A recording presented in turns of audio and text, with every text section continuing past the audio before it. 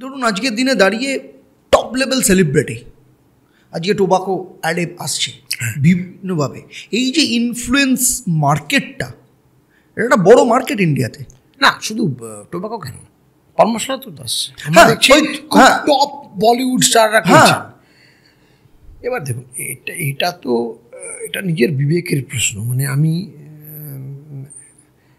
কেন এই জিনিসটা করব এটা আমার বোঝার দরকার। মানে একটা জায়গায় গিয়ে থামা দরকার আছে। আমি যখন জানি এর একটা সোশ্যাল ইভিল আছে, মানে সোশ্যাল ইভিল থাকলে সেই জিনিসটা কিন্তু যে কোনো রেসপন্সিবল সিটিজেন এবং যাদের এত ফলোয়ার, যাদের এত গুণমুগ্ধ ভক্ত সমাগম হয়, তাদের আমার মনে হয়, দেখুন এটা তো যার যার পার্সোনাল চয়েস অফ লাইফ, আমি তো বলতে পারবো না, কিন্তু আমি মনে করি আমাকে দেখে যদি এত হাজার হাজার লাখ লাখ কোটি কোটি মানুষ উদ্বুদ্ধ হয়, তারা আমাকে হিরো ওয়ারশিপ করে, আমার একটা মোরাল এবং সোশ্যাল রেসপন্সিবিলিটি থেকে যায় নট টু প্রমোট সামথিং, এটাতে জনগণের ক্ষতি হবে। এখানে আমি আপনাকে বলি, এমন অনেক সেলিব্রিটি স্টার আছে যারা সচিন তেন্ডুলকারের সাথে যার ভীষণ ভালো রিলেশন, একসাথে স্টেজ শেয়ার করছে, পাশাপাশি দাঁড়িয়ে আছে, কিন্তু শেখার জায়গাটাতে সচিন তেন্ডুলকারকে কিন্তু কেউ ফলো করছে না। হ্যাঁ, এবার এই যে বললাম এটা হচ্ছে পার্সোনাল স্পেস।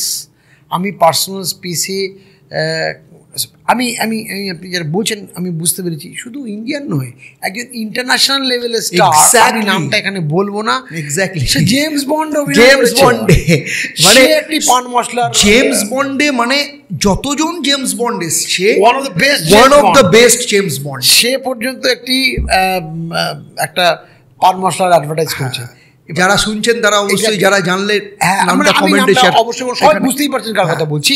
কিন্তু এটা একটা মানে আচ্ছা, by the way, when he came to know about that, উনি কিন্তু একটা থেকে নিজেকে রিটায়ার করেছে যে এই একটা আমি আর থাকবো না। আচ্ছা, বিকজ সেই জন্য এখন দেখি না। হ্যাঁ, কারণ উনি জানতেন না যে পান মশলা ব্যাপারটা কি।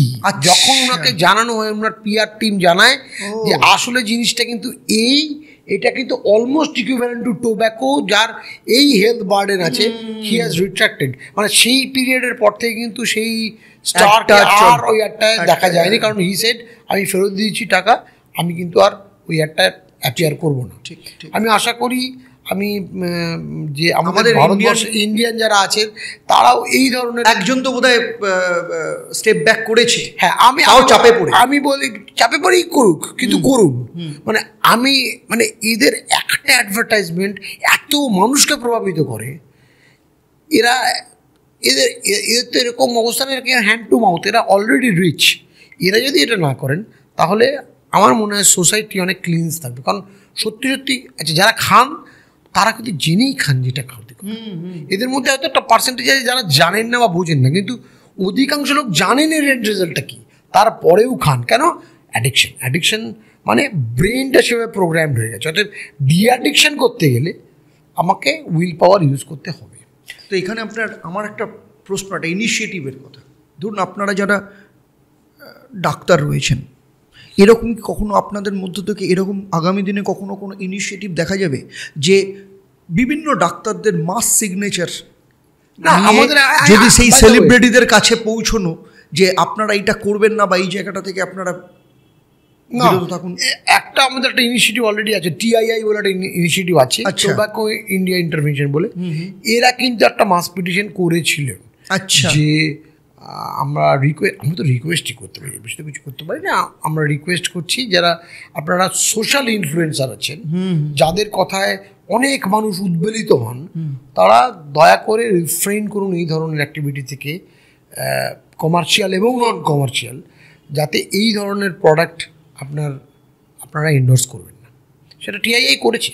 টিআইআই সারা দেশে এই ধরনের প্রোগ্রাম করে থাকে।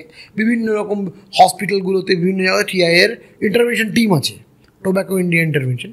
তাদের একটা টিআইআইয়ের প্রোটোকল আছে, মানে এক এক ধরনের তামাকজাত দ্রব্যের ব্যবহার থেকে বেরিয়ে আসতে হলে কী ধরনের প্রোগ্রাম হবে, তার একটা ইনিশিয়েটিভ আছে। বাট প্রবলেম কি, আমরা ডাক্তাররাও যেহেতু অন্য এই জন্য আপনি যেটা বলছেন ঠিক কথা, একটা যদি কনগ্লোমারেটেড অ্যান্টি ক্যান্সার ক্যাম্পেইন চালানো যেত সেটা খুব ভালো হতো। এই মুহূর্তে তো আমি সারা ভারতবর্ষে দেখছি না। মানে যদি এরকম কিছু হয়, আমি এবং আমার অর্গানাইজেশন রুমটোরা আমরা একদম সর্বাগ্রে গিয়ে ওই কোম্পানি যোগদান করবো। মানে ইট will B such a cleansing environment যে অ্যাটলিস্ট ভারতবর্ষ, কারণ ভারতবর্ষ কিন্তু যেরকম আপনি বললেন যে 2000 সালে কাউকে বলতে শুনেছিলেন ভারতবর্ষ কিন্তু next global oral cancer hub হতে যাচ্ছে, এবং প্রায় হয়েও গেছে।